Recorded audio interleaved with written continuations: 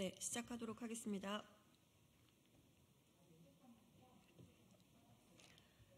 R&D 예산 반토막 내놓고 법인카드로 고급 식당 투어를 다니다니 정말 뻔뻔한 정부입니다.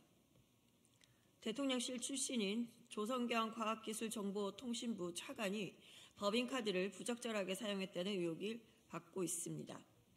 조 차관은 과학기술계 카르텔 때문에 예산이 부정하게 쓰이고 있다는 취지의 발언을 해놓고 정작 본인이 예산을 부정하게 사용했다는 말입니까?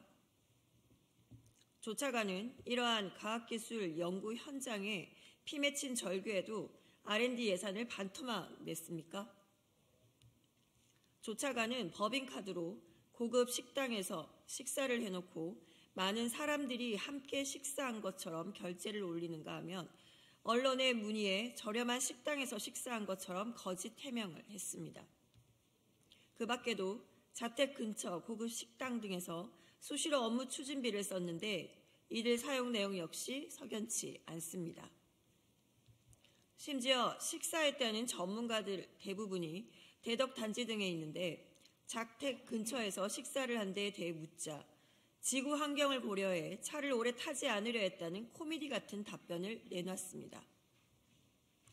국민들은 치솟는 물가에 10,000원에 육박하는 밥 한 끼가 부담스러워 도시락을 쌀지 고민하는데 윤석열 정부의 고위공직자는 법인카드로 고급 식당을 들락거렸다니 기가 막힙니다.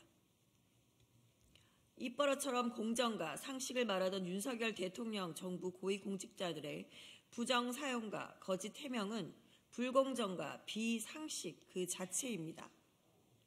윤석열 정부는 R&D 예산 반토막 내놓고 법인카드로 고급 식당 투어를 다니라고 지시한 것이 아니라면 조 차관의 법인카드 사용 내역을 철저히 조사해 엄중하게 책임을 물어야 합니다.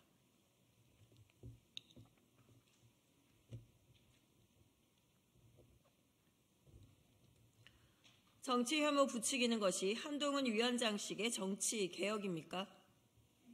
한동훈 국민의힘 비상대책위원장이 국회의원 정수를 줄이겠다고 밝혔습니다.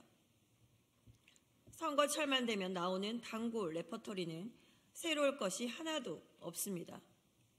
더욱이 한동훈 위원장은 의원 정수 문제를 선거철 반짝 인기를 위해 떴다 방식 공약으로 던졌습니다.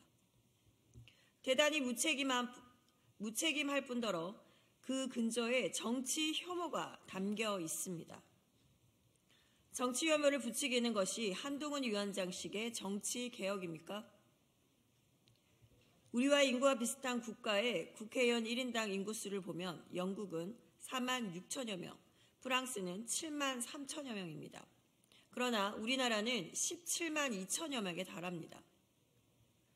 국회의원 한 명이 대변해야 하는 국민의 수가 많으면 그만큼 대표성이 떨어지고 국민의 목소리를 제대로 반영하지 못할 우려가 있습니다. 이 문제는 어떻게 해결할 것입니까?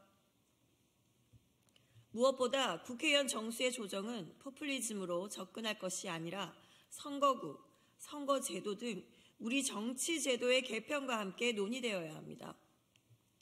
또한 단순히 수를 늘리고 줄이는 문제를 떠나서 국회의원이 어떤 역할을 얼마나 잘 수행하도록 하고 특권을 어떻게 내려놓을 것인지 등 고민해야 할 문제가 산적해 있습니다.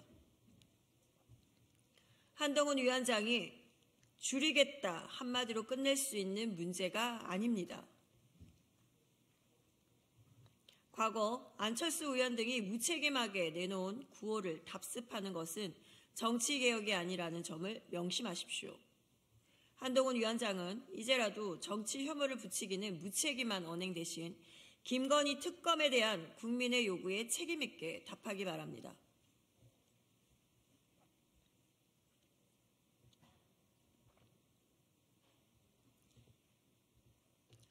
법원은 군대 내 성범죄를 막을 의지가 있기는 합니까? 고 이해람 중사 사망 사건과 관련해 성추행 범행을 알고도 이를 무시하고 허위 보도를 한 혐의로 재판에 넘겨진 대대장이 무죄를 선고받았습니다. 함께 재판에 넘겨진 중대장과 수사를 맡았던 군 검사에게는 징역 1년의 실형이 선고됐는데 직속 상사인 대대장에게만 무죄가 선고된 것을 납득하기 어렵습니다. 방청석에 계셨던 모치는 실신했고 부치는 통곡을 했다고 합니다. 사법부의 억장이 무너지는 유가족의 심정이 보이지는 않습니까? 사회적 약자에게 최후에 보려야 할 사법부가 피해자의 억울함을 풀어주기는커녕 억울함의 무게를 더한 데 대해서 깊은 유감을 표합니다. 일선의 모든 책임을 전가하고 윗선에는 면죄부를 준 이번 판결은 법원의 판결이 윤석열 정부를 닮았습니다. 판결이 성범죄를 무시하고 허위 보도에도 죄가 되지 않는다는 잘못된 인식을 지휘관들에게 심어주지는 않을지도 걱정스럽습니다. 이번 판결로 지휘관들이 군대 내 성범죄에 눈을 감게 된다면 국민은 사법부를 탓할 것입니다. 법원이 군대 내 성범죄에 대한 처벌과 방지 의지를 버린 것이 아니라면 항소심을 통해 사법 정의를 바로 세워주시길 바랍니다. 이상입니다.